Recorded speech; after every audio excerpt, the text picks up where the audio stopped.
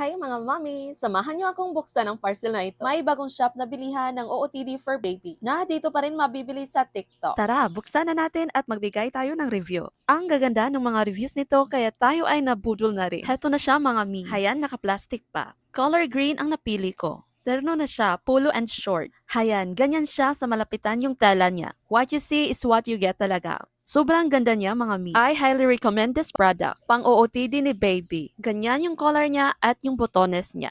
Ang cute.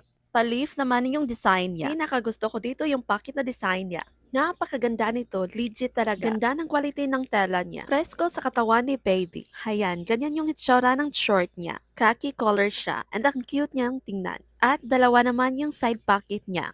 By the way, size large pala itong napili ko. Sakto na ito kay Kyler. May allowance pa ng konti. Overall, nagugustuhan ko talaga yung tela niya. Good quality and very comfy sa katawan ni baby. Plus, ang mura lang niya. Very affordable. Perfect itong pangote din ni baby. As in, sobrang ganda sa personal mga mi. Magpabudol na din kayo mga mi. Siguradong hindi kayo magsisisi. Kaya, ano pang inaantay mo? Mag-check out ka na. Nandyan yan sa Yellow Basket.